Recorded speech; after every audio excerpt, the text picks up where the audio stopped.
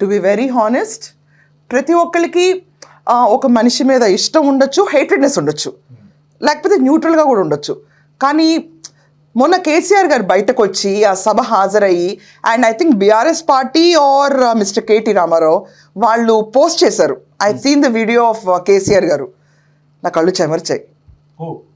Yeah, I really became emotional.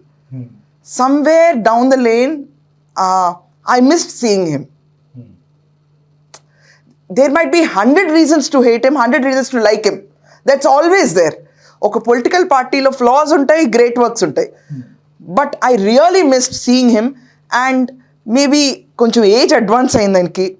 And I suddenly felt I saw someone, మా ఇంట్లో మనిషిని ఎవరినో కలిసాను మళ్ళీ, అది కూడా చాలా క్లోజ్గా. కేసీఆర్ గారిని మనం ఉద్దేశాలు ఓటర్ కింద చూసి అనాలిసిస్ చేయటం వేరు, బట్ ఒక మనిషిగా ఇష్టపడటం వేరు. No, I have realized after so long gap, ఆయన్ని చూస్తే ఎవరో మనం చాలా రోజుల నుంచి మిస్ అయిన ఒక తాతగారిని చూసిన ఫీలింగ్ వచ్చింది. No, I really felt good. చాలా బాగా అనిపించింది కేసీఆర్ గారు మిమ్మల్ని చూసి. అండ్ నాలాంటి వాళ్ళు చాలామంది అనుకుని ఉంటారు, చాలామంది they might have missed you.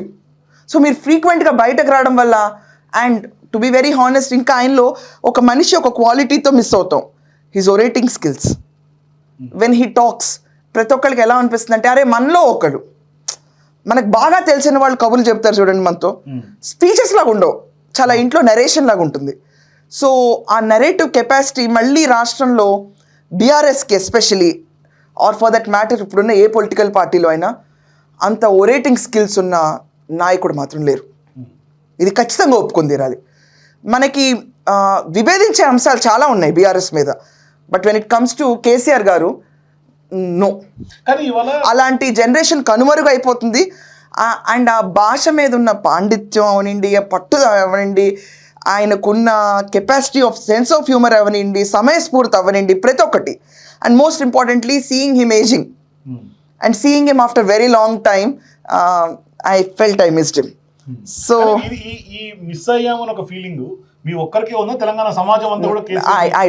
I don't know. పర్టికులర్గా నేను when I saw the Instagram, when I saw the reel, I felt I missed him. కానీ ఇక్కడ ఏమవుతుందంటే, మీకు వచ్చిన ఫీలింగ్ బీఆర్ఎస్ పార్టీ ఎమోషనల్ గా ఏమన్నా ప్రజల్ని కొంత మీరు ఒకటి చెప్తానేనండి, మీరు 100 వీడియోలు చూపించి ఎమోషనల్ చేద్దామన్న ఎమోషనల్ అవ్వరు. అనుకోకుండా ఒక వీడియో చూపిస్తే దాంట్లో ఒక ఆర్గానిక్గా మనం ఒక మనిషిని చూసినతో కనెక్ట్ అవుతాం.